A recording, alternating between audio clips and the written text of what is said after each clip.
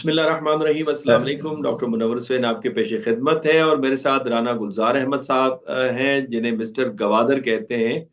हर हफ्ते हमारी बातचीत होती है सी पैक के ऊपर, क्या उसके उसकी डेवलपमेंट हो रही है, उसके असरात क्या खत्ते में पड़ रहे हैं।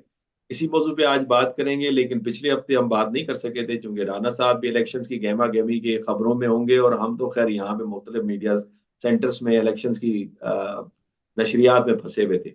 राना साहब, पहले तो बहुत बहुत शुक्रिया सर आपके वक्त का, आपके कनाडा से। पहले तो बताइए कनाडा का मौसम कैसा है सर? मौसम सर एवरी डे डिफरेंट होता है। अगर तो सूरज निकल आए सर्दी ज्यादा होती है, और, और अगर बादल, चूंकि ज्यादा विंटर में बादल ही चलते हैं, फिर सर्दी कदरे कम होती है। तो अच्छा। पाकिस्तान की निस्बत यहाँ पे उलट है। अच्छा। अच्छा। तो राना साहब, ये जो हमारे यहाँ इस वक्त तो बारिशों का सिलसिला चल पड़ा है और अभी भी बारिश हो रही है इस्लामाबाद में, बाय द वे, जब मैं आपसे कर रहा हूँ, और इसी वजह से मुझे छींकें भी आ रही है।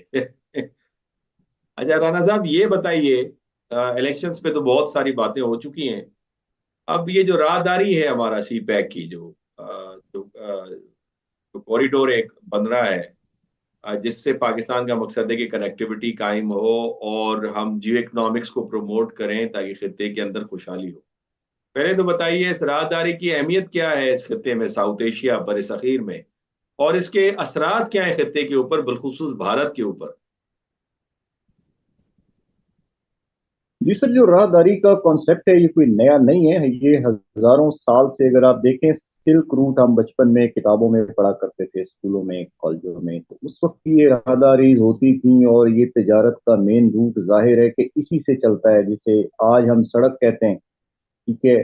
तो उसी चीज को सामने रखते हुए चाइना ने जो है वो सिल्क रूट, जो हजारों साल पुराना उसकी कह लें कि एक्सटेंट थी, उसको दोबारा से उन्होंने अलाइव किया है, जिंदा किया है। लेकिन जाहिर है कि दुनिया बदल चुकी है, कंट्रीज की जो है वो साख्त बदल चुकी है, और उसको सामने रखते हुए ये 120 कंट्रीज में ये कॉरिडोर, हम्म। ठीक है, जो BRI है, वो भी हम्म। एक कॉरिडोर ही का नाम है बेसिकली। और उस कॉरिडोर में तीन चार मेजर एलिमेंट्स हैं, जिसमें फर्स्ट जो है वो हाईवेज, जिसको मोटरवेज कह देते हैं।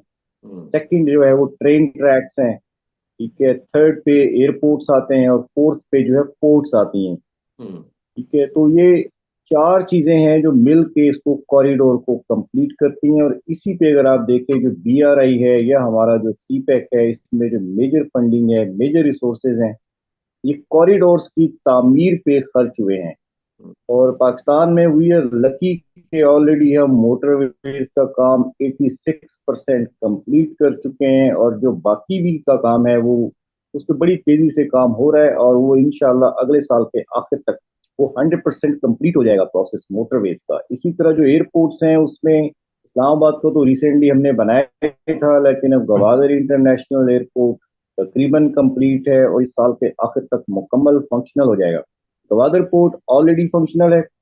और जो ML1 है रेलवे, जिस पे हम पहले भी बात कर चुके हैं, उस पे अब काम शुरू हो रहा है बड़े जोर शोर से, और अगले 3 सालों में ये कंप्लीट हो जाएगा। वो हम्म। जो कॉरिडोर जिसकी हम बात कर रहे हैं कि जिसने कनेक्ट करना है पाकिस्तान को चाइना के साथ, मशरिक वस्ता है, सेंट्रल एशिया है, उसमें साउथ एशिया, खास तौर पे जो सार्क के कंट्रीज हैं, तो पाकिस्तान इतने खूबसूरत तरीके से कनेक्ट कर रहा है इस हम्म। कॉरिडोर की वजह से, कि जिससे ना सिर्फ पाकिस्तान को बेनिफिट्स हो रहे हैं, पाकिस्तान से ज्यादा जो है चाइना को इसके बेनिफिट्स हैं, और इंडिया को भी बहुत ज्यादा बेनिफिट्स इससे हैं, और इंडिया ये रियलाइज भी करता है। हम्म। लेकिन चूंकि ये इलेक्शन का साल है, पाकिस्तान में भी, इंडिया में भी, बांग्लादेश में भी, तो उस हवाले से थोड़ी सी सुस्त रवि जरूर है इस प्रोसेस में। लेकिन आफ्टर द इलेक्शन, जो इंडिया का इलेक्शन जो है कंप्लीट होता है मई जून में, तो उसके बाद आप देखेंगे कि इसकी जो पॉजिटिविटी है वो ज्यादा खुल के सामने आएगी।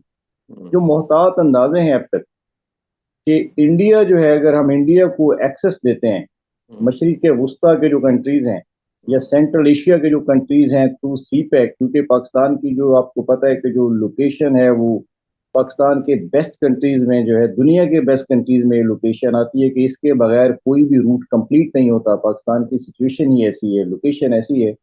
तो अगर हम इंडिया को सिर्फ थ्रू सी पैक इस कॉरिडोर से अगर एक्सेस देते हैं टू सेंट्रल एशिया, के इंडिया सेंट्रल एशिया के साथ तिजारत करे और सेंट्रल एशिया जो है वो इंडिया के साथ तिजारत करे, क्योंकि ये टू वे होता है, वन वे नहीं होता है। तो ठीक एक है। मुहतात अंदाजे के मुताबिक, ये कि मैं कोई बढ़ा चढ़ा के बात नहीं कर रहा, कि मिनिमम पाकिस्तान एनुअल $30 बिलियन का रेवेन्यू हासिल कर सकता है, और थर्टी इसको बिलियन इंडिया डॉलर पर रियलाइज ईयर करता सर? है पर ईयर।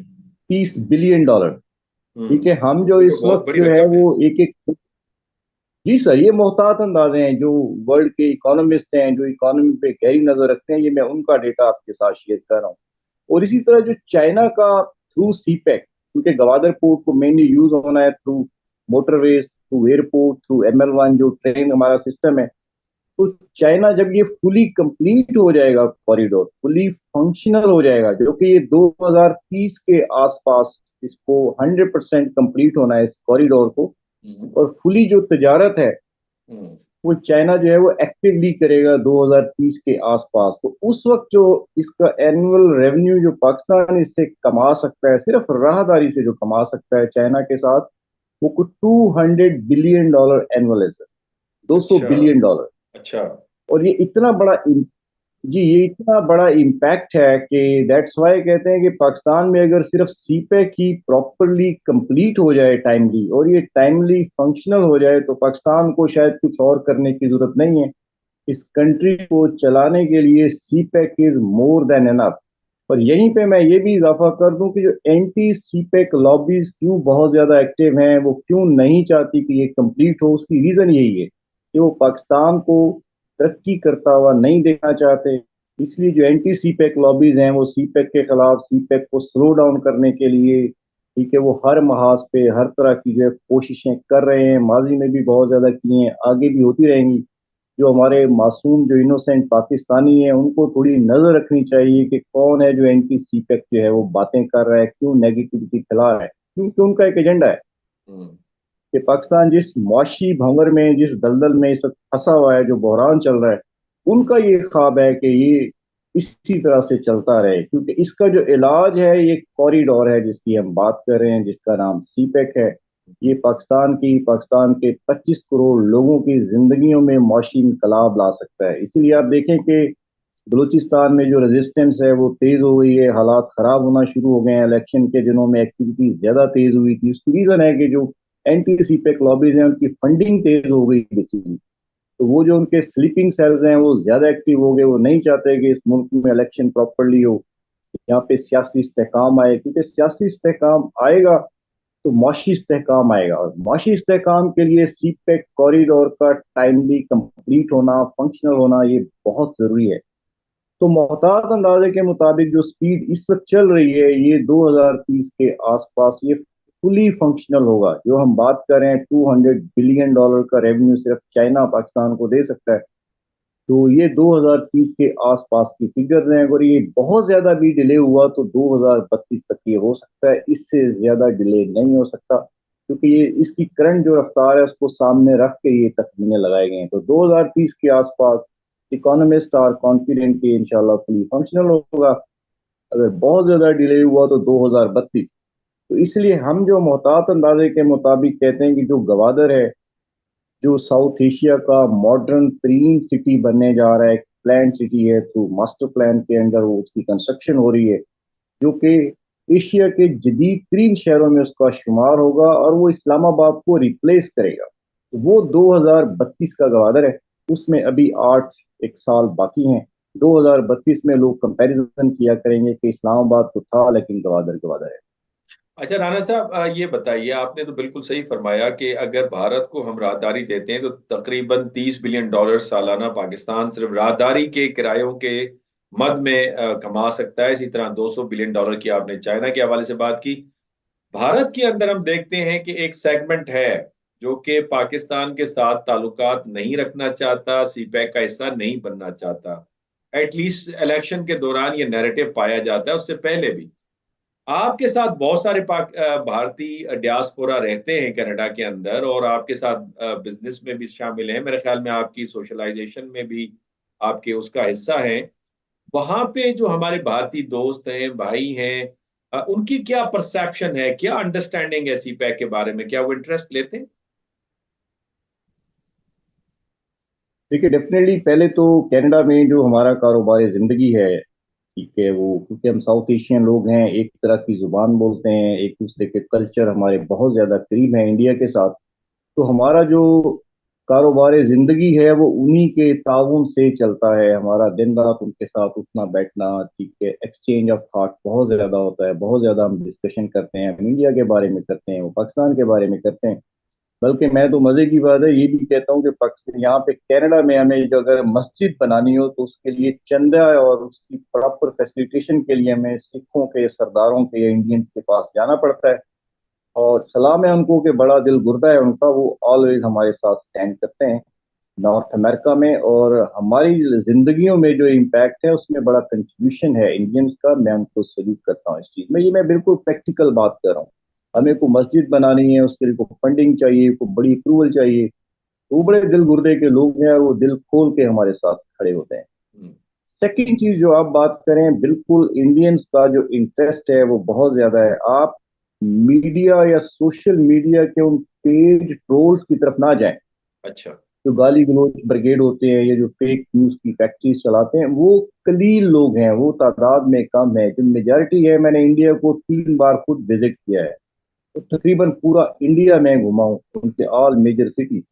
हम्म। ठीक है, जो कॉमन मैन है वो बहुत अच्छा है, उसकी सोच बहुत अच्छी है, उसमें पॉजिटिविटी पाई जाती है। ठीक है, जो पॉलिटिकल कह लें कि जो जहर होता है जो इलेक्शन के दिनों में बढ़ जाता है, वो दोनों तरफ ही बढ़ जाता है। हम्म। उसको अगर एक तरफ रखे तो ओवरऑल जो इंडियन पीपल है वो पाकिस्तान से या पाकिस्तान की जो क्रिकेट टीम है, खास तौर पे हमारे प्लेयर से, क्योंकि क्रिकेट एक बहुत बड़ा सासा है उस रीजन का, तो बड़ा लाइक करते हैं और एक दूसरे को हम सपोर्ट करते हैं। अब जो आपने बात की है वो ये है कि देखिए, जो तो पाकिस्तान की पॉलिटिकल फोर्सेस रही हैं बेनजीर भुट्टो तक, जब वो 88 में फर्स्ट टाइम प्राइम मिनिस्टर बनी है, तो उन्होंने जो है ये इंडिया से रिलेशनशिप अच्छे करने की कोशिश की। राजीव गांधी, आपको याद होगा, इंडियन प्राइम मिनिस्टर आए उस वक्त एक पॉजिटिव एक्टिविटी शुरू हुई। लेकिन हमारी जो मिलिट्री स्टैब्लिशमेंट है उस वक्त तक उसकी approach due to Kashmir issue कुछ और तरह की थी, तो ये सेम पेज पे नहीं थे, जिसकी वजह से चीजें डेवलप नहीं हो सकी। तो इसी चीज को मिड 90s में नवाज शरीफ साहब ने ये नारा लगाया कि हम हमसाए नहीं बदल सकते और हमें जो है ना अपने हमसायों के साथ रिलेशनशिप ठीक रखने चाहिए और इकोनॉमिक एक्टिविटी को बढ़ाना चाहिए, जो कि ठीक बात थी। और उस चीज को उस वक्त हमारी मिलिट्री स्टैब्लिशमेंट ने ज्यादा लाइक नहीं किया। बट अब जो है वो काफी टाइम गुजरने के बाद अगर आज देखें करंट, तो ये होपफुल चीज है कि इस वक्त मिलिट्री स्टैब्लिशमेंट से भी ये मैसेजेस आ रहे हैं कि हमें अपने हमसायों के साथ, पर्टिकुलरली इंडिया के साथ, रिलेशनशिप बेहतर करने चाहिए। ये बड़ा चेंज आया है। ठीक है, इस पे आप मुझसे बेहतर रोशनी डाल सकते हैं, लेकिन मैंने ये फील किया है कि अब हमारी जो पॉलिटिशियंस हैं प्लस हमारी जो मिलिट्री स्टैब्लिशमेंट है वो तकरीबन सेम पेज पे है। उन्होंने लर्न किया है ओवर द ईयर्स के इस चक्कर से इकोनॉमिक रिलेशनशिप ना होने की वजह से नुकसान ज्यादा हुआ है, और नुकसान पाकिस्तान का ज्यादा हुआ है। क्योंकि इंडिया को अगर आप देखें, मैं आपको बेस्ट एग्जांपल देता हूं कि इंडिया के चाइना के साथ हमेशा बॉर्डर्स पे जो है वो मसाइल रहे। हर दूसरे दिन उनके लड़ने झगड़ने की जो है वो वीडियोज आती हैं। पहली बात तो उन्होंने अपने बॉर्डर पे जितनी उनके फोर्सेस हैं दोनों कंट्रीज के, चाइना इंडिया, वो वेपन नहीं होता उनके पास, सिर्फ एक हाथ में डंडा होता है। ये उनका एग्रीमेंट है कि हम वेपन यूज नहीं करेंगे, उनके पास वेपन होता ही नहीं है, वो लड़ते भी है तो डंडों से लड़ते हैं। हम्म।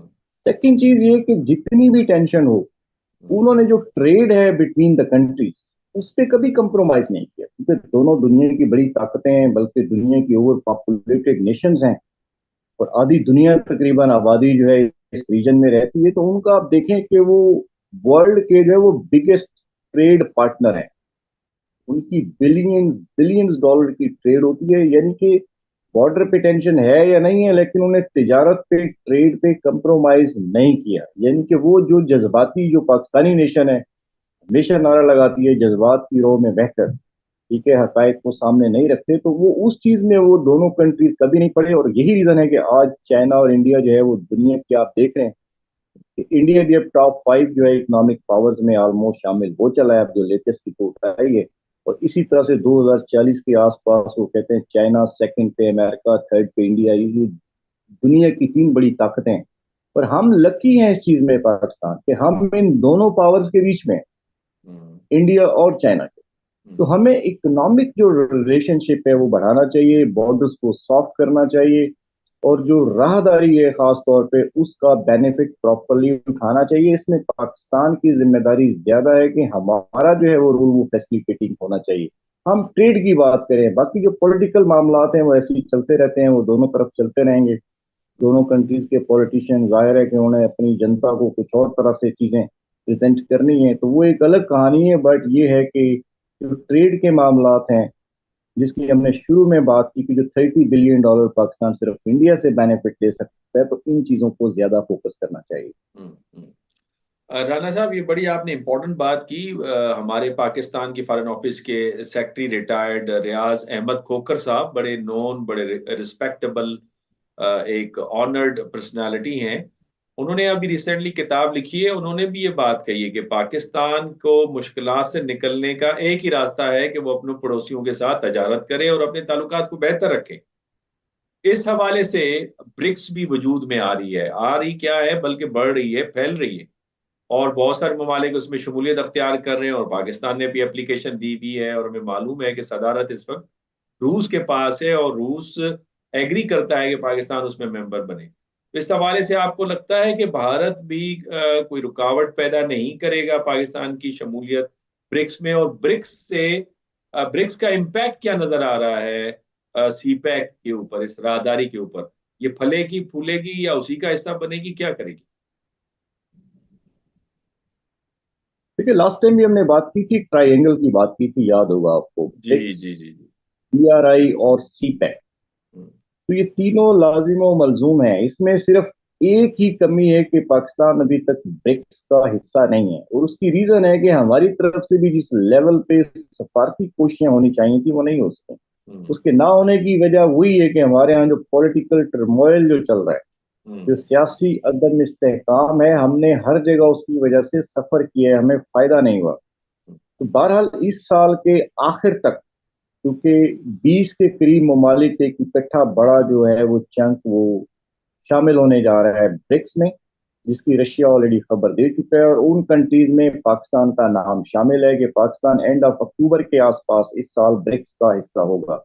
और अच्छा। ब्रिक्स जो है, अगर आप देखें, ब्रिक्स जो है वो बड़ी तेजी से जो है वो दुनिया की जो पावर है, ठीक है, उसको अट्रैक्ट कर रहा है। दुनिया के बेशुमार कंट्रीज उसको ज्वाइन कर रहे हैं। खासतौर पे जो करेंसी के हवाले से भी अगर आप देखें, तो वो अपनी एक लोकल करेंसी जो है, नई करेंसी जो है वो स्टार्ट करने जा रहा है। और इसी तरह जो है वो बहुत सारे जो कंट्रीज हैं जो उसके मेंबर बन रहे हैं ब्रिक्स के, वो डॉलर से, अमेरिकी डॉलर से अपनी जान छुड़वा रहे हैं, क्योंकि डॉलर वैसे ही एक सिंकिंग टाइटैनिक है, वो आहिस्ता आहिस्ता धस रहा है, नीचे की तरफ जा रहा है।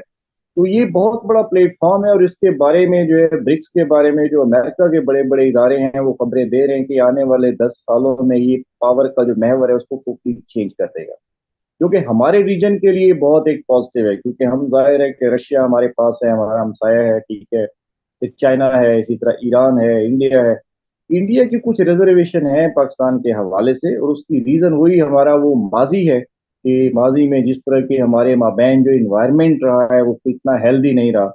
लेकिन उसमें रशिया ने अश्योर किया है पाकिस्तानी अथॉरिटीज को कि उसका जो रोल है वो कलीदी है, और रशिया चाहता है कि पाकिस्तान उसका हिस्सा हो, और इंशाल्लाह वो होगा। वो इंडिया की जो रिजर्वेशन है उसकी जिम्मेदारी रशिया ने ली है कि वो इंडिया को इस पे आमादा करेगा और कर लेगा, और इंशाल्लाह अक्टूबर के आसपास पाकिस्तान उसका हिस्सा होगा। ये ट्रायंगल मिल के ही इस पूरे प्रोसेस को फैसिलिटेट करेगी, जिस हम कॉरिडोर की बात कर रहे हैं, हम्म, ठीक है। इसमें ज्यादा किरदार ब्रिक्स का आने वाले दिनों में, क्योंकि BRI सीपेक तो जाहिर है कि इंफ्रास्ट्रक्चर का एक प्रोजेक्ट है ना, ये कंप्लीट हो जाएगा 2049 में, इसको 100% कंप्लीट हो जाना है पूरी दुनिया में। हम्म, चाइना अपना होमवर्क जो है वो कंप्लीट कर लेगा। उसके बाद इस मशीन को, इस इंफ्रास्ट्रक्चर को, इसको चलाने के लिए जो मेन मुझे मशीनरी नजर आती है, जिसने इसको रन करना है आने वाले 100 सालों में, उसका नाम ब्रिक्स है। और इसलिए जो चाइना और रशिया का जो रोल है ब्रिक्स में वो बहुत ज्यादा है, और वो एवरी वीक उसकी एक नई डेवलपमेंट सामने आती है, और उस पर वो बहुत ज्यादा एक्टिवली काम कर रहे हैं। लेकिन पाकिस्तान में उस हवाले से कुछ ज्यादा जो है इस वजह से इफर्ट्स नहीं हो पाई हैं कि हमारे यहाँ भी इलेक्शन हुआ है, इलेक्शन के बाद अभी भी 1 महीना लगेगा गवर्नमेंट्स को बनने में। और जो ही ये गवर्नमेंट्स कंप्लीट होती हैं तो फिर आहिस्ता आहिस्ता उम्मीद है कि पाकिस्तान जो है ब्रिक्स जैसे प्लेटफॉर्म्स हैं उसके दरवाजे को प्रॉपरली खटखटाना शुरू करेगा। पाकिस्तानी जो पॉलिटिशियंस हैं, जो बड़ी ताकतें हैं पाकिस्तान में, मिलिट्री स्टैब्लिशमेंट है, वो इन चीज़ों को करीब से देख रही हैं और इंशाल्लाह पाकिस्तान इस साल ब्रिक्स का हिस्सा होगा और उससे एक बहुत बड़ा चेंज आएगा पाकिस्तान के अंदर। राना साहब, आपके वक्त का बहुत शुक्रिया। नाजरीन, आपने राना गुलजार अहमद साहब की बातें सुनी है। आपके सवालात के भी हम जवाब देते हैं, क्योंकि बहुत सारे लोगों ने सवाल किया था ब्रिक्स और सीपैक का क्या आपस में ताल्लुकात है, तो उसको हमने टच किया। और फिर इंडिया के साथ ताल्लुकात अगर बेहतर होते हैं और ये राहदारी खुलती है, तो उस मद में भी क्या पाकिस्तान को फायदा होगा, चीन के हवाले से जो बिजनेस यहाँ से चलेगा उसमें क्या फायदा होगा, ये चीजें राना जी, साहब मैं ने एक रखी है। लास्ट पॉइंट कॉरिडोर के हवाले से एक लास्ट पॉइंट मैं जी डिस्कस कर दूं जी, सर। जरूर। इस कॉरिडोर में जो एक और चीज है जिसे बिलियंस डॉलर हर साल कमा सकते हैं, उसका नाम मजहबी टूरिज्म है, रिलीजियस टूरिज्म, जिस पे जी, हमने ये पहले बड़ा। भी एक बार बात की। जी जी, इसको अगर हम राना साहब अगले आने वाले सेशन के लिए रखें तो बड़ा अच्छा हो जाएगा। इसको हम डिटेल से गुफ्तगू करेंगे। मेरा ख्याल है ये वो सॉफ्ट पावर है जिसे इस्तेमाल करके पाकिस्तान इस खिते के अंदर विन विन सिचुएशन क्रिएट कर सकते। तो इस पे आने वाले, ये जो अगर आप रिलीजियस इजाजत टूरिज्म दें। है, जी जो रिलीजियस टूरिज्म है सर, उसमें सिर्फ विद इन पाकिस्तान जो है वही रिलीजियस टूरिज्म नहीं है। हमने लास्ट टाइम हिंदुओं की बात की थी, जी जी जी जी इसी तरह सिखों का कॉरिडोर बना है, ठीक है। इसी जी तरह जी जो बुद्धिस्ट हैं वो भी, वो चाइना से लेकर थाईलैंड और जापान तक, ये सब लोग जो है जो रिलीजियस टूरिज्म है उसमें हम इनको कैश कर सकते हैं। और इस वक्त जो इंफ्रास्ट्रक्चर हमारे यहाँ बन रहा है वो बहुत ज्यादा जो है वो बेनिफिशियल बेहतर हो है। सकता है, हमें डॉलर हर साल दे सकता है। जी जी, ये इंशाल्लाह डिटेल में राना साहब कमिंग वीलॉग में इंशाल्लाह बात करेंगे। आपके वक्त का राना साहब बहुत बहुत शुक्रिया। इंशाल्लाह नेक्स्ट वीक फिर इस रिलीजियस टूरिज्म पे हम बात करेंगे और सीपैक पे, ये हमारा टाइटल होगा। इजाजत दीजिए नाजरीन, अल्लाह हाफिज।